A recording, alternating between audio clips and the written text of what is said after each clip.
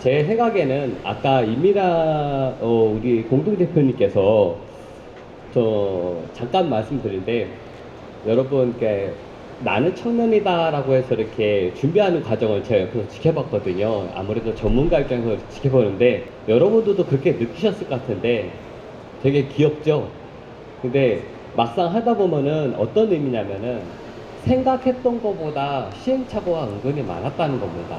예, 생각했던 것보다 시행착오가 많고 내가 몰랐던 거를 안다는 것도 되게 이제 현실과 많이 다르다는 것을 여러분 좀 아셨을 거예요.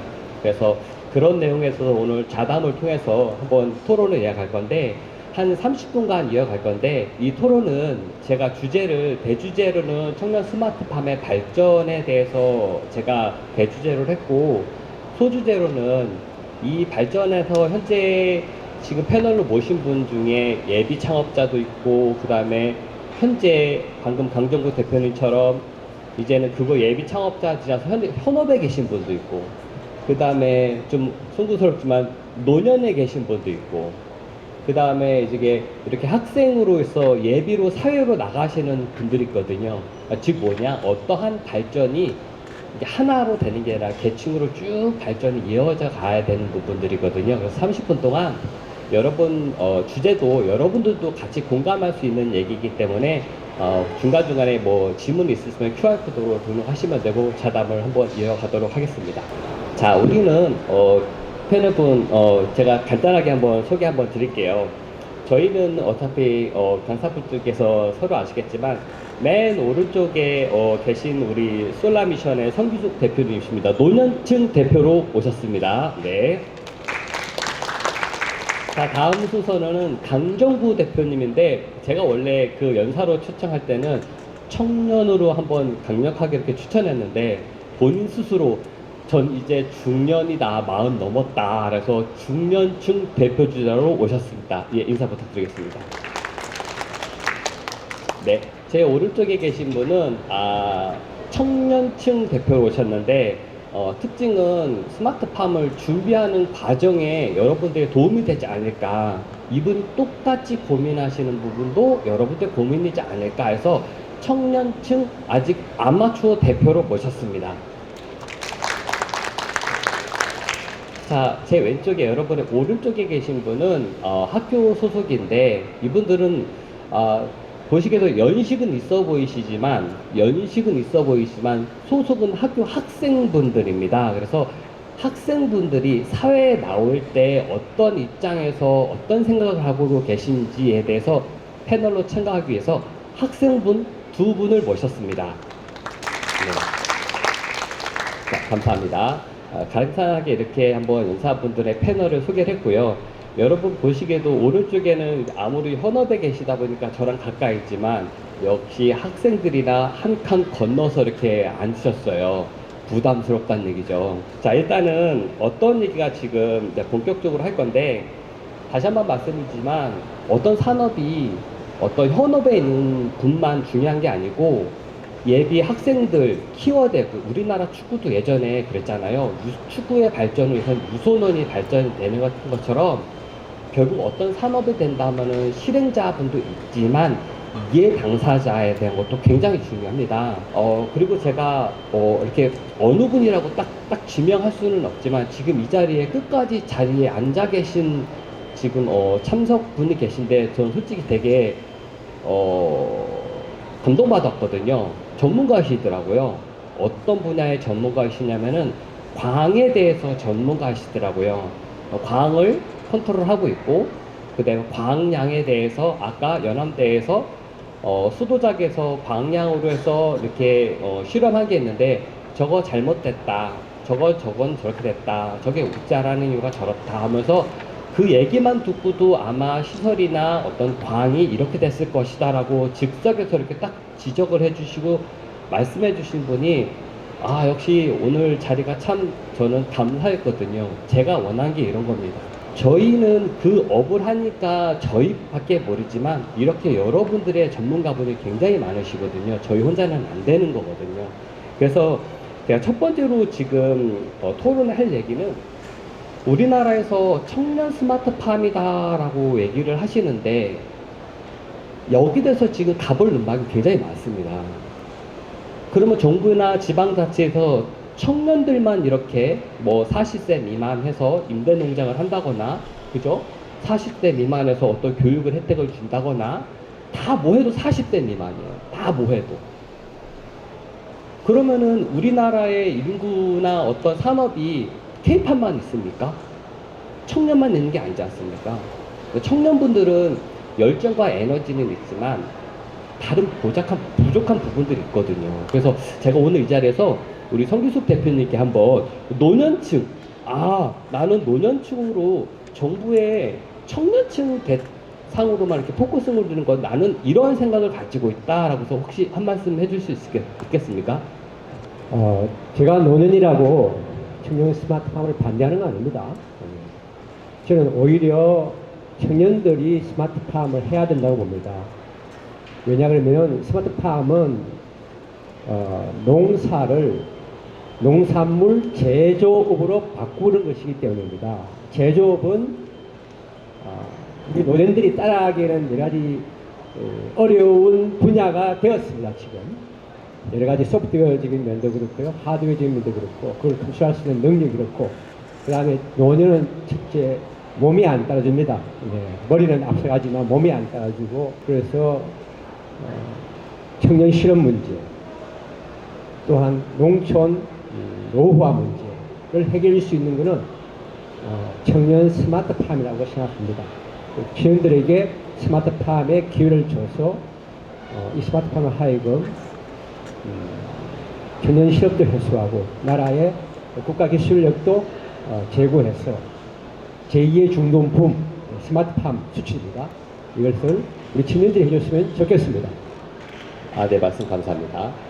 자, 제가 노년층을 먼저 이렇게 의견을 여쭤본 분은 역시나 제 예상대로 노년층은 양보하셨습니다.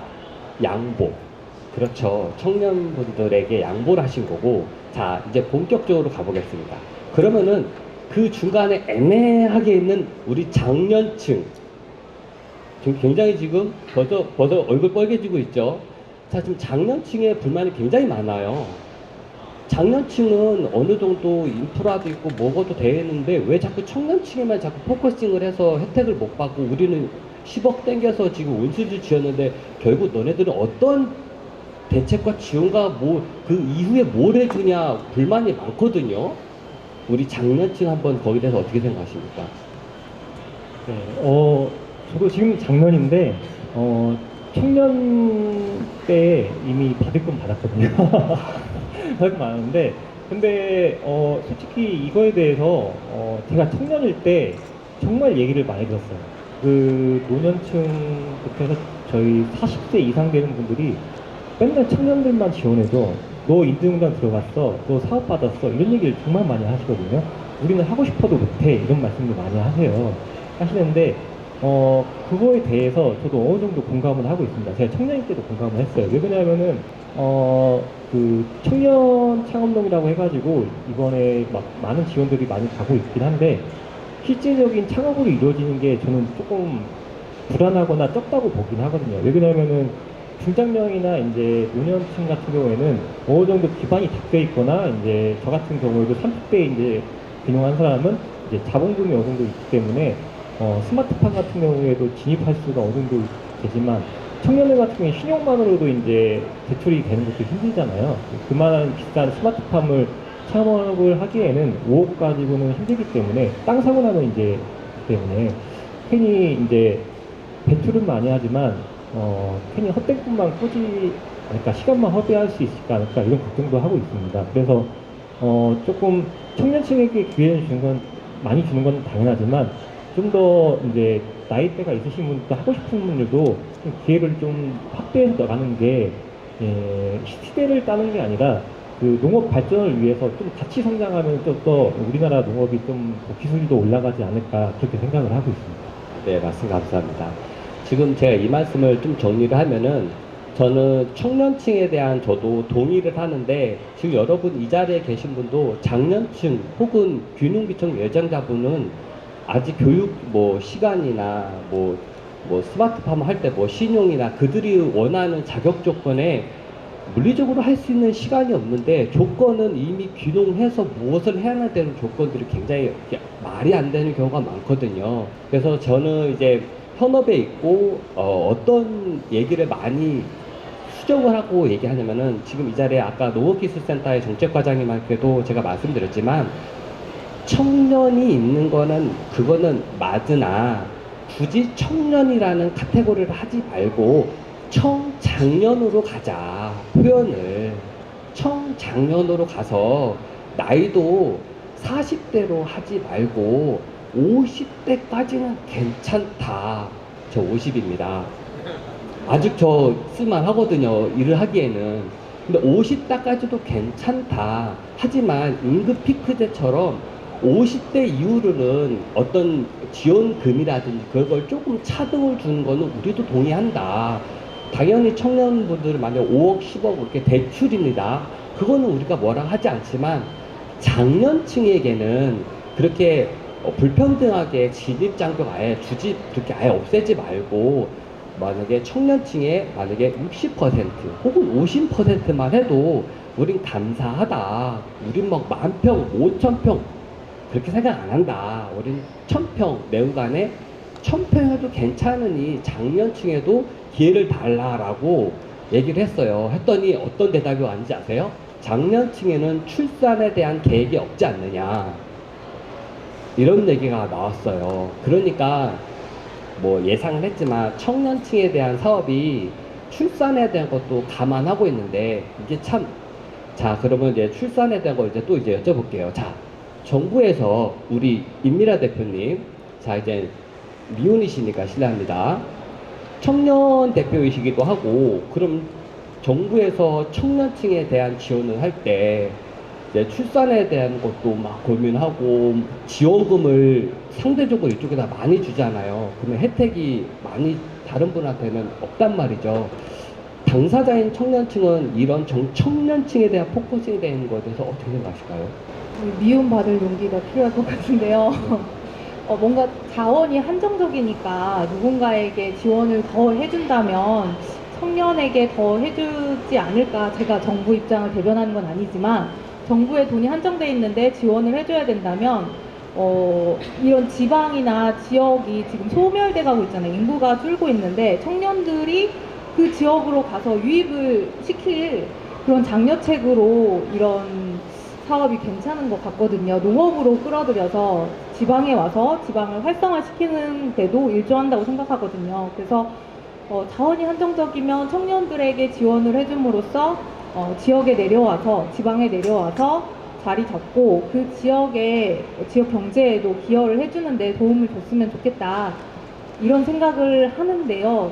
제가 그런 지원을 받으려고 해서 그런 건 아니고 그냥 청년, 그러니까 작년이, 저도 이제 곧 작년이 되니까 뭔가 저도 지원 받고 싶지만 45세 뭐 50세까지 저도 지원 받고 싶어요. 근데 정부가 돈이 없다면 이제 미래 세대가 농업에 좀 더 관심을 갖고 시골에서도 좀 더 안정적으로 정착해 나갈 수 있도록 좀 더 돌봐주십사.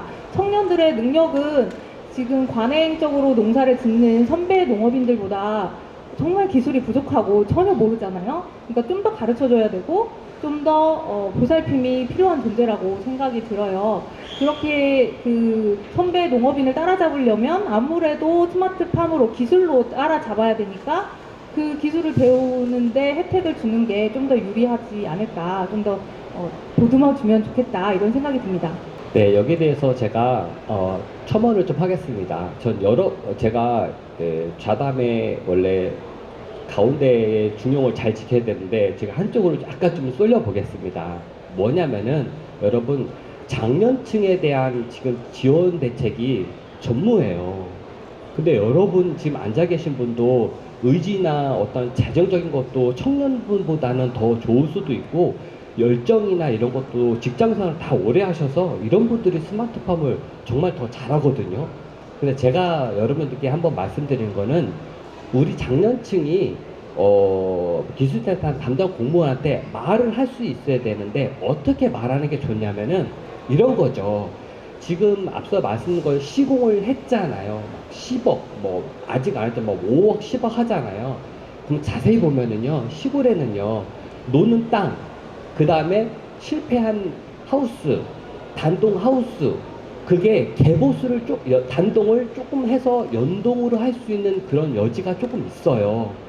근데 그 연동 하우스도 지금 뭐 여기 막 계획하신 것처럼 6m 이런 거 하면 좋죠. 하지만 4m, 4.5m도 괜찮아요. 그러면은 담당자 공무원한테 얘기를 하는 거예요. 청년분들한테는 미래 고급 기술을 써야 되니 6m에 뭐 변령 1-1W로 지원해주고, 장년층에는 우리한테는 폐 비닐하우스를 피복만 하면 되니까 골조는 그대로 있으니까 그거를 개보수 리모델링 사업을 조금 하면은 여기 뭐 10억 들어가면 우리 한 3, 4억밖에는 안 든다. 그러니까 개보수를 해서 할 수 있도록 또 방안도 안 된다고는 하지 말고 효율적으로 가보자. 청년은 청년대로 가고 장년은 장년대로 가보자. 혹은 신축만이 능사는 아니니 임대로도 한번 해보자. 여러분, 공장도요, 카페도요, 새로 지어야 카페가 생기는 게 아니고요, 임대 나오거든요. 비닐하우스나 시골에도 임대가 나와요. 왜냐면은 그분이 연세가 있으셔서 그럴 수도 있고, 아, 누구나 스마트팜 해서 된대 했는데 망해서 그런 것도 있고, 임대가 나오니까 여러분 임대도 잘 생각해 보시면 돼요. 그리고 정책적으로도 우리 이제 학생들한테 여쭤볼 건데, 지금 우리가 재배기술이라는 게 현업하고 학교에서 배우는 게 재배기술에 대한 갭이 꽤 크거든요. 아까도 이제 연구하셨고 하셨지만 좋은 개념이긴 한데, 현업에서는 바로 돈이 돼야 돼요. 우리 임미라 대표님 돈 많이 벌고 싶대요. 돈 많이 벌고 싶대요. 그러면은 임미라 대표님께 한 번 더 여쭤볼게요. 지금 이렇게 준비를 한 거에 어떻게 하면 돈을 그래도 빨리 벌을 수 있을 거라고 한번 결론이 난 게 있을까요? 스마트팜을 해서?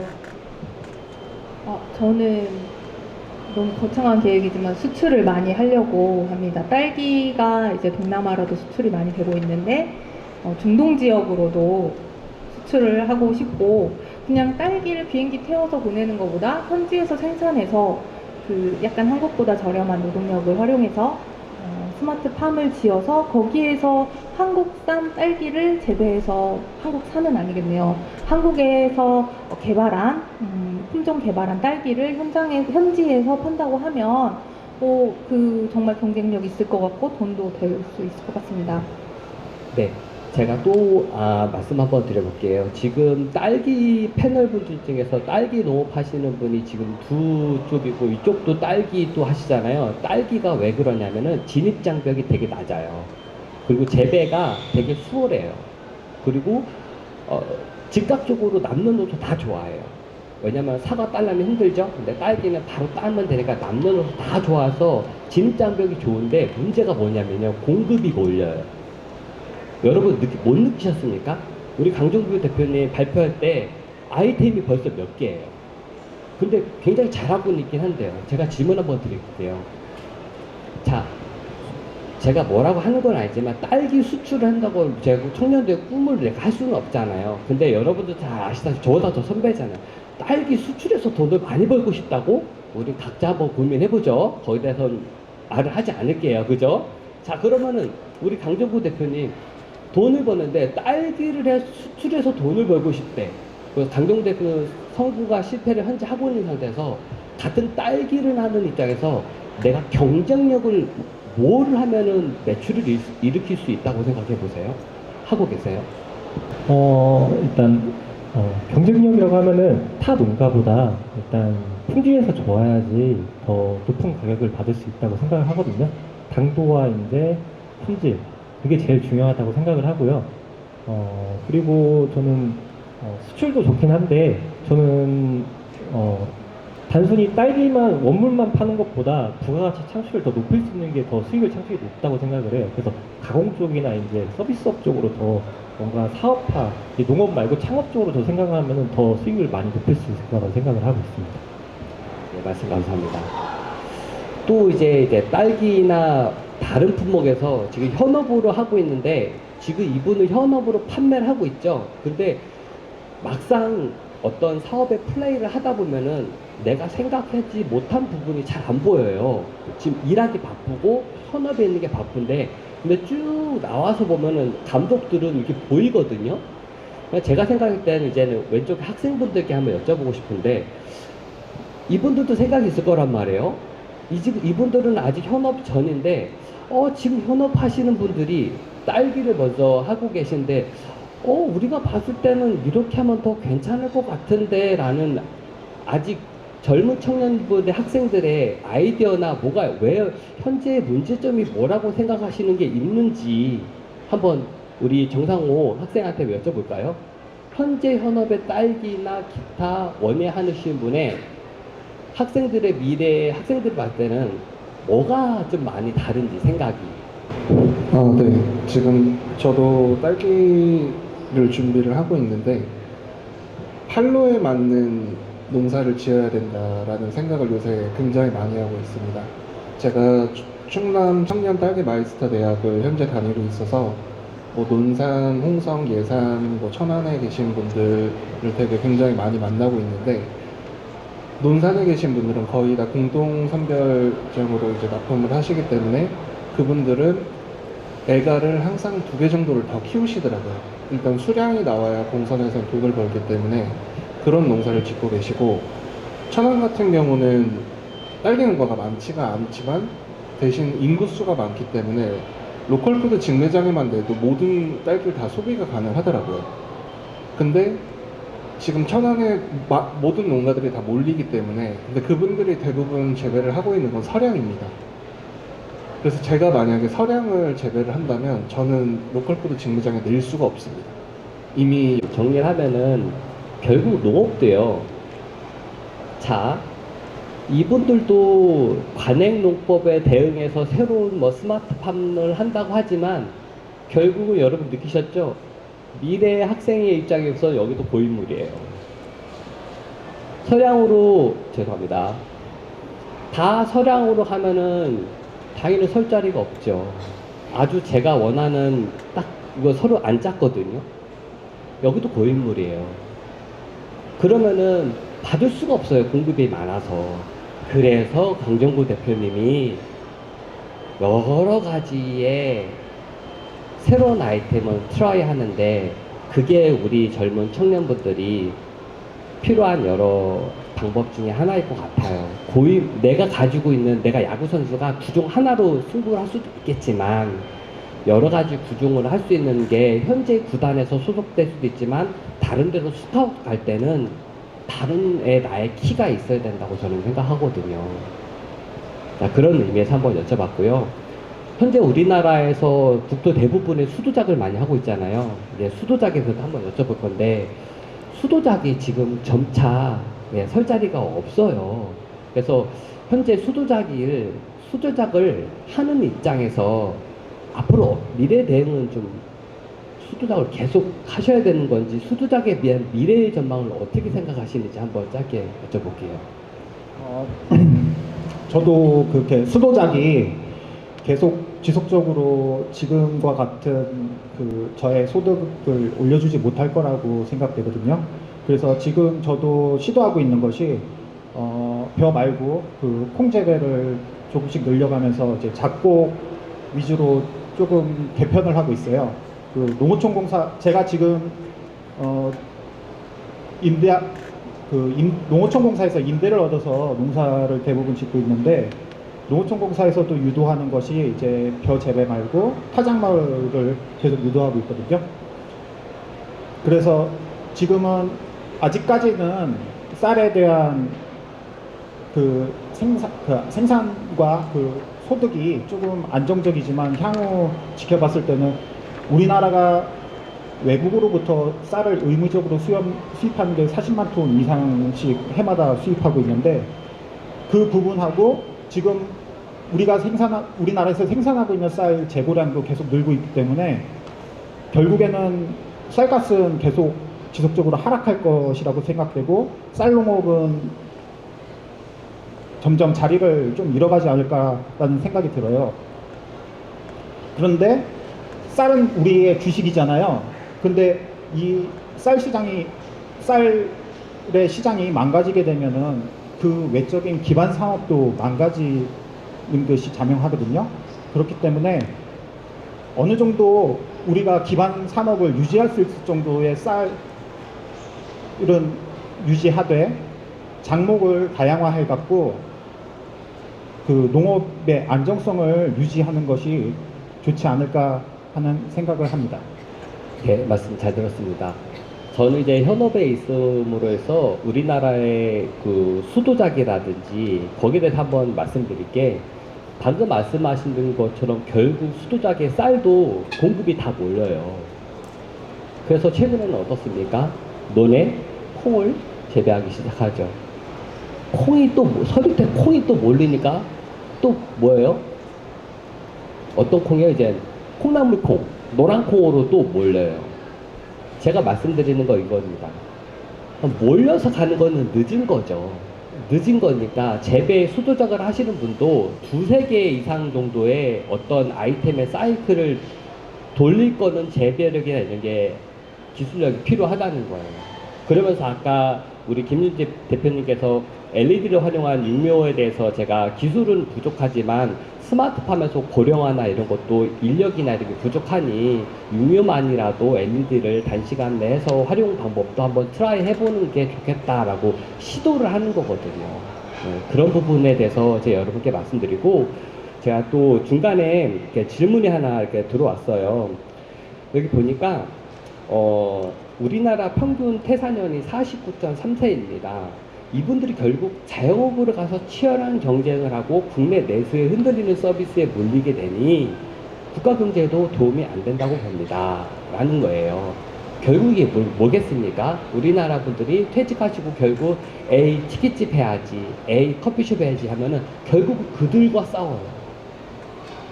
여러분들도 만약에 딸기를 할 때 여기 강정구 대표님보다 못하면 여러분 망해요. 그쵸? 망합니다. 똑같은 걸 하면 망해요. 이길 수가 없어요. 그쵸?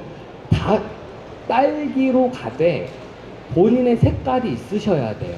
여기처럼 딸기를 가되, 정상호 학생처럼 딸기로 가되 색다른 걸로 가던가, 여기 임미라 대표님처럼 딸기로 가되 다른 품종으로 가던가, 뭔가를 리딩해야 된다는 거죠. 근데 그 우리 재배사들이 가장 큰 문제 중에 하나가 뭐냐면은 우리 협업하는 거에 대해서 한번 여쭤볼게요. 재배사들이 다 알 것 같지만 다 알지 못해요. 그죠? 재배하는 것도 아까 지금 LED 광, 저는 아까 여기 저 뒤에 계시는 저 광 전문가분 저는 굉장히 인상 깊어서 저는 꼭 연락드리고 한번 말씀 나눌 거고, 저 뒤에 데이터분 쪽에도 관심 있는 분도 제가 꼭 연락드릴 건데, 자, 제가 한번 우리 강정구 대표님 하고 우리 선생님께 한번 여쭤볼게요. 왜냐면 광에 관련된 거니까. 결국은 스마트팜이 효율적으로 가려면은 업체 혼자 하다가 되는 게 아니라 어떤 신기술이나 이렇게 도입이 돼야 되는 거거든요. 근데 우리나라 그게 잘 안 돼요. 농업이 남의 말을 잘 안 듣고 자기 혼자 다 하려고 하는데, 우리 농업이 첨단화가 되기 위해서는 여기 업체가 있고 시설 업체가 있을 때 서로 어떤 케미가 도움이 될까? 우리 선생님께서는 농업에 어떠한 도움을 되고 싶다 하고, 우리 강정구 대표님은 이러한 어떤 신기술이 도움이 될 거다, 이런 식으로 될 거다, 혹시 그런 바라는 점이 서로 있으실까요? 예를 들어서 광으로 한다면. 아까 제가 노년 스마트팜을 권장 안 한 이유가 뭐냐면, 노인들은 유연성이 떨어져요. 경험은 있지만 농사에 대한 경험이지 스마트팜에 대한 경험은 아니거든요. 스마트팜은 농사와는 다릅니다. 농산물 제조업입니다. 이게 제조에 대한 그 유연성이 있어야 되는데, 노년들은 그걸 받아들이기에는 육체적으로 또 시대적으로 안 맞습니다. 그래서 가장 유연성이 좋은 청년들이 저는 좋다고 보고요. 똑같은 조명을 노년들에게 소개하고 청년들에게 소개했을 때 반응이 다릅니다. 노년들은 자기 눈으로 확인해도 못 믿어요. 제가 인공 햇빛이라고 하면은 내가 볼 때 똑같은데 스펙트럼 보여줘도 이 스펙트럼이 의미하는 바를 몰라요. 햇빛 보여주고 우리 보여주고 햇빛 닿습니다. 그러나 이런 등은 단색광입니다. 그래서 단색광을 주면은 물과 소금 주고 살아봐라 하는 똑같고, 이거 햇빛 주면은 그 안에 미네랄, 단백질 다 들어간 거 주는데 어느 것이 더 유택합니까? 아무리 설명해도 받아들이지 못해요. 그러나 청년들은 스펙트럼만 보고 알아요. 아, 이런 것도 있습니다. 그렇기 때문에 저는 청년들이 좋습니다. 우리 강정구 대표님은 재배나 어떤 매출의 향상에 있어서 업체들의 이런 도움이 재배의 입장에서 도움이 될 수 있을까라는 그런 생각이나 아이디어가 있으실까요? 업체에 어떤 이런 부분이 관심을 가지면 우리가 도움이 될 것 같다. 네. 뭐 신기술도 이제 투입되는 것도 좋고 하지만 제가 이제 경험을 해보니까 신기술이라고 해서 무조건 이제 증명이 된 게 아니잖아요. 그래서 그 증명이 나타날 때까지도 이제 다른 테스트도 있고 다른 농가에 대해서 이제 검증도 돼야 되는데 업체에 제가 바라는 거는 이제 AS 부분이 가장 중요하다고 생각을 해요. 그래서 품질도 좋아야겠지만 만약에 뭐가 이제 문제가 생기거나 이제 교체를 해야 된다거나 할 때 바로바로 와줄 수 있는 AS가 필요한데, 저희 지금 농업 분야의 업체분들이 좀 바뀌는 게 너무 많아요. 지금 빠르게 이제 없어졌다 사라졌다는 게 많기 때문에 꼭 그 AS 부분에 대해서 물론 이제 진입하시기 때문에 AS 분야를 따로 둬서 인원을 많이 할 수는 없는 거는 이해하지만 이제 설치로 끝나는 게 아니라 계속 더 이제 업그레이드도 해주시고 이제 AS가 필요할 때 바로바로 직접적으로 해주신 게 좋다고 생각합니다. 왜 그러냐면 작물이 이제 바로바로 이제 물이 안 들어가거나 이제 방량이 세서 이제 만약 천창이 안 닫히거나 그런 경우가 있으면은 바로 고사하는 경우도 있기 때문에 그런 부분에서 늦어지면은 농가에서는 굉장히 큰 피해가 있기 때문에 그런 부분에서 조금 원하는 게 있습니다. 아, 네, 맞습니다. 우리 재배자 입장에서 업체분들께 한번 협조의 말씀을 드리면은 저희도 이렇게 같이 콜라보를 해서 이렇게 실증 테스트를 할 의향은 있거든요. 할 의향이 있는데 화장실 갈 때와 갔다 후에 태도가 바뀌시면은 안 돼요.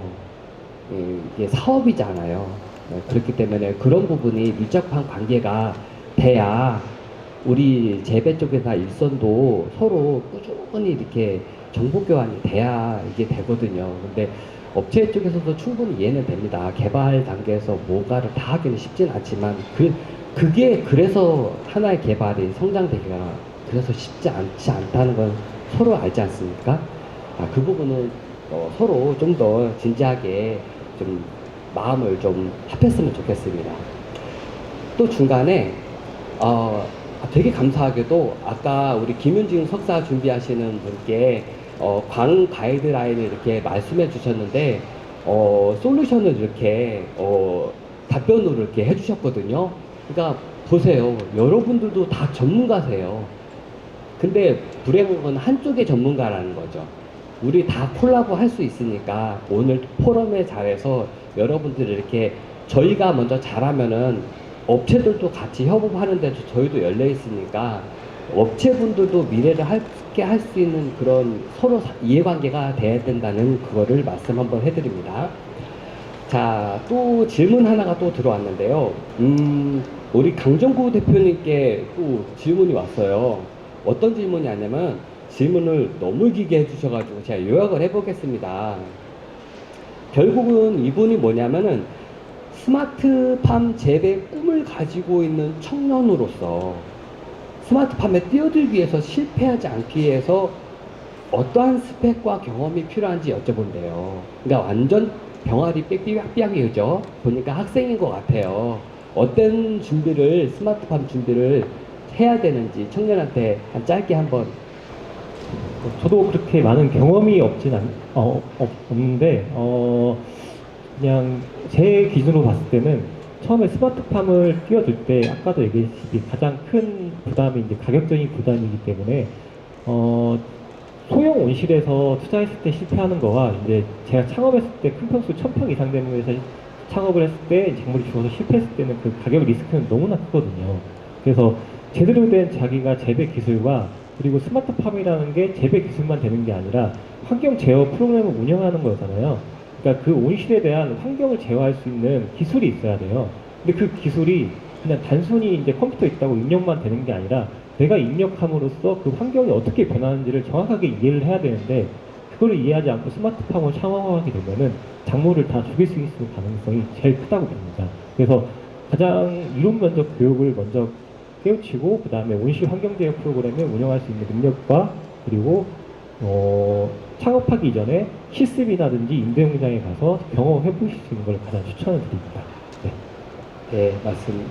지금 강정구 대표님께서 어떤 준비를 해야 되는지 또 말씀해 주셨는데 제가 임미라 대표님께 또 여쭤보고 싶은 거는 지금 현재 준비하는 과정에서 이분은 벌써 이루신 분이고 이분은 지금 준비하는 과정에 있어서 같은 입장인데 스텝이 조금 앞에 계시잖아요. 내가 생각할 때 스마트팜 준비를 무엇을 해야 되는지 한번 실질적으로 한번 또 느낀 거 한 두세 가지 짧게 한번 여쭤볼 수 있을까요? 내가 해본 연때까지 해보니 네, 이런 게 준비가 정말 필요했다. 근데 지금 계신 강정구 대표님하고 너무 비슷해가지고 제가 뭐 첨언을 할 게 별로 없을 것 같은데요. 진짜 그 스마트팜을 운영할 수 있는 기술을 배우는 게 작물도 모르는데 작물도 배워야 되고 스마트팜을 운영할 수 있는 능력도 그 선도농가에 가면 햇볕을 딱 보시고 이 정도 광이면 스크린 쳐야겠네. 복합 환경 제어기 없어도 다 아시거든요. 저희는 모르잖아요. 이 햇볕에 작물에 뭘 해줘야 되는지 저희는 모르거든요. 그래서 복합 환경 제어기가 있어도 활용을 못하는 의미가 없으니 일단 작물에 어떤 광이 필요한지도 알아야 되고 작물을 알아야 되고 이후로는 그 작물한테 어떤 환경이 좋은지 그거를 아는 게 정말 필요할 것 같아요. 그리고 아까 말씀드렸던 것처럼 이론을 배우고 실습을 안 해보면 의미가 없는 것 같아요. 창업하시려고 마음이 급해서 이렇게 온실을 지어놓고 하시려면 진짜 마음이 급하실 거예요. 원리금 상환할 것도 생각하시고 빨리 팔아야 되고 막 하다 보면 진짜 정작 저한테 필요한 교육을 받으면서 저의 그 재배 기술 그리고 환경 제어 할 수 있는 그런 역량을 기를 시간과 이런 게 없거든요. 그리고 여유가 없어요. 정말 당장 딸기 저 같은 경우도 따기 바쁘니까. 그러니까 그럴 때는 조금 여유를 가지고 생각하셔서 임대팜 아까 말씀하신 것처럼 임대팜이나 아니면 임대를 해서 좀 먼저 해보시고 그 다음에 창업을 하시는 걸 추천드립니다. 네, 말씀 감사합니다. 또 질문 중에 하나가 꼭 다뤄야 될 문제인데요. 원래는 또 강정구 대표님께 답변을 요청하셨는데 제가 대리로 진행해도 될까요? 질문자께서 이제 당연하죠. 이 부분은 안 짚고 넘어갈 수가 없는데요. 바로 이제 손익계산에 대한 매출 문제예요. 만약에 그래서 순익 비율이 얼마나 되냐, 그다음 현재 사업으로 얼마까지 벌 수 있냐, ROI가 몇 년이냐 이런 말을 저는 정말 수도 없이 많이 듣거든요. 제가 여기서 한번 종결판을 한번 뭐 송구스럽습니다만 제가 한번 현업에 있는 사람으로서 제가 말씀드려 볼게요. 우리 거꾸로 가보자고요. 거꾸로. 자, 여러분은 예비 농업자들이 가장 궁금한 게 뭔지 아세요? 이거에서 돈을 벌 수 있을까? 동의하십니까? 그죠? 이거에서 얼마를 벌까? 동의하시죠?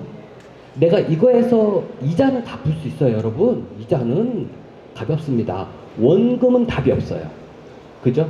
원금은 3억 기준 1년에 3천만 원이에요.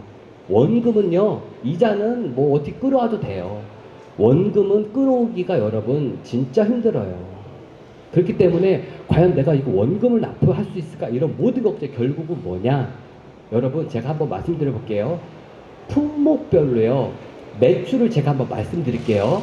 이거는 이 매출은 상위 한 10% 정도로 얘기 드릴게요. 왜냐면 여러분께 상위 5%, 3%는 여러분 달성하지가 못해요. 그러니까 상위 10%, 15% 기준으로 말씀드릴게요.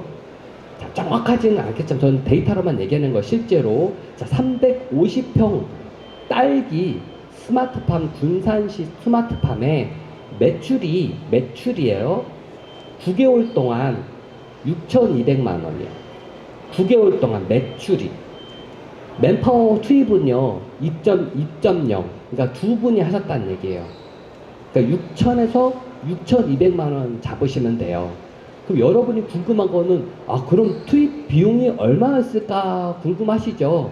근데 이거는요 본인이 급여를 얼만큼 가져가느냐에 따라 달라요. 예를 들어서 나는 부모님도 부양해야 되고 우리 아빠도 저 하버드도 보내야 돼서 영어학원도 빵빵하게 그러면 답이 없어요. 그런 거는 여러분은 어떻게 계산하냐면요.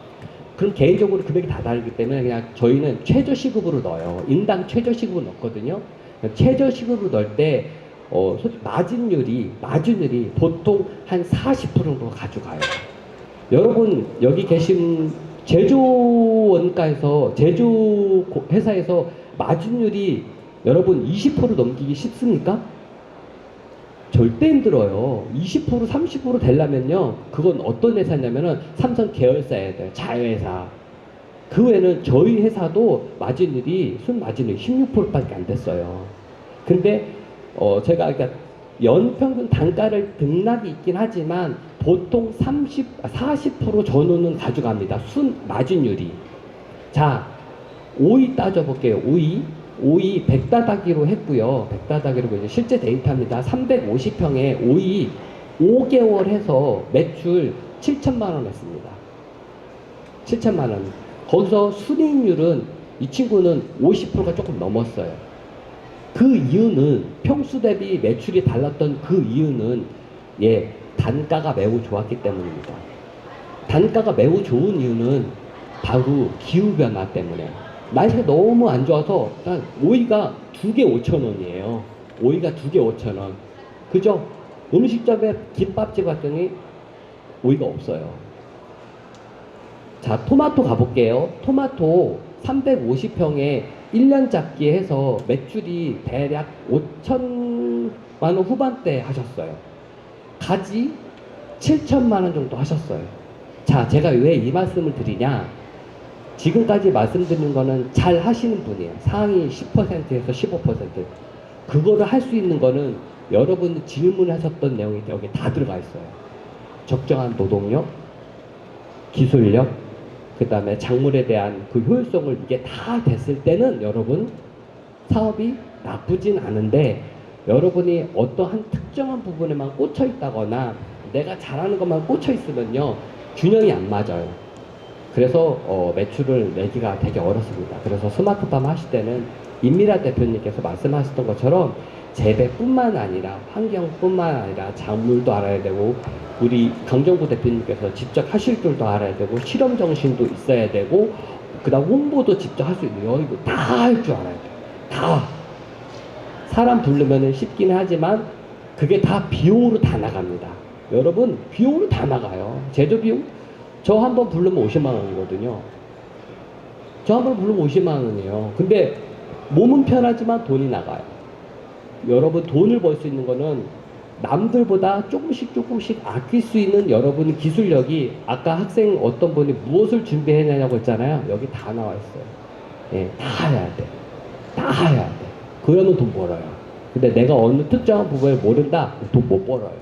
다 돈 벌어서 농약방 주는 거고 다 돈 벌어서 컨설팅 주는 거고 다 돈 벌어서 기계업자 도는 거고 이 말 들으면 저 말이 맞는 것 같고 저 말 들으면 저 말이 맞는 것 같아요. 그러면은 돈은 벌었는데 우리 집은 최저수급 가지고 여기는 연봉이 5천 되는 거예요. 농약방 망하는 거 봤어요? 절대 안 망해요. 아시겠죠? 예, 여러분 답은 여러분도 다 아세요. 저 같은 경우는 원예를 전공하지 않았습니다. 저는 원예만 몰랐어요. 여기 다 원예 전공자세요? 원예 전공자세요? 우리 대표님 원예 전공자세요? 아니, 원예 전공자 아니잖아요. 그죠? 원래 전공자네. 미안해요. 여기는 전공자. 근데 스마트팜은요, 제가 단연 말씀드리지만 직장인분들이 훨씬 더 잘합니다. 그 이유가 뭔지 아세요? 문제 해결 능력이 탁월해요. 직장에서 그런 식으로 직장 생활하면 버티기 힘들죠? 어떻게든 다 해결하죠? 굉장히 잘합니다. 자, 오늘 토론에 있어서 시간이 조금 더 지체됐는데 네, 제가 오늘 마무리를 하면은 준비는 많이 하셔야 된다는 거, 그리고 준비해야 될 항목들이 많다는 거, 덜컥 땅을 사기보다는 좀 더 아르바이트라든지 실습이라든지 최대한 지자체나 어떤 것을 알아보고 발품을 많이 파서 알아보고 내가 비용을 지불하면서까지 할 필요는 없다라는 거를 말씀드리고, 그 다음에 이 자리에 업체분도 계시거든요. 뭐 아까도 점심시간 때 2만 평 정도 땅도 구매했고, 그리고 재배사도 좀 구하고 있고, 어떤 식으로 온실을 구축해야 될지도 지금 구상 중이다라고 하는 진짜 업체분도 계세요. 그러니까 그렇기 때문에 결국은 뭐냐, 제가 늘 말씀드린 거지만 저희 재배뿐만이 스마트팜을 리딩하거나 하는 게 아니라 여러분 앉아 계신 모든 분의 어떤 그 달란트가, 기술이 필요하다는 거, 그러면서 여러분 이런 자리도 많이 참석하셔서 서로 네트워킹을 하셔서, 이 과거에는 이런 자리가 많이 부족했거든요. 정보와 교육은 나눌수록 그 가치가 커지는 겁니다. 옛날에 관행농법은 나만 알고 있는 기술이었고 나만 알고 있고, 예전에 회사에서도 일 처리가 나만 하는 것이 내가 돋보이는 걸로 알고 있지만 저는 절대 그렇게 생각하지 않습니다. 정보나 지식은 나눠서 그 평균에 대한 그 지식 수준이 높아져서 오히려 그 원가나 비용을 낮춰야 그 산업이 성장할 수 있다고 봅니다. 지금 우리나라 온실 너무 비싸요. 아무리 좋은 산업이고 블루오션하고 진앙동면 지자체 하면 뭐합니까? 너무 비싸요. 비싸도 너무 비싸요.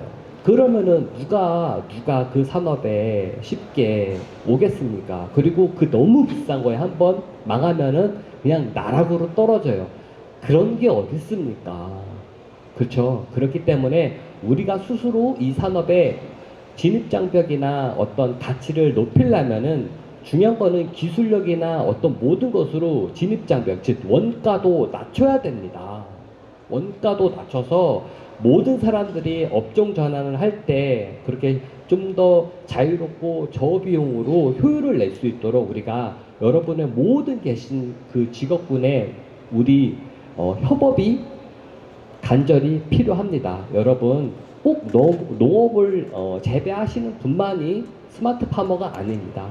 절대 저는 그렇게 생각하지 않고, 여러분의 업무나 어떤 기술이 절대적으로 필요하니 앞으로 우리 더 많이 자주 모이시고 지식을 공유하셔서 여러분의 관심 있는 스마트팜 산업이 비단 청년뿐만이 아니라 우리의 모든 일상에서 자연스럽고 쉽게 할 수 있는 그런 스마트팜이 발전되기를 우리 모두가 한번 간절히 노력해보는 건 어떨까요? 네, 오늘 토론을 마쳐보도록 하겠습니다. 네, 감사합니다. 오늘 팬여러분 감사합니다.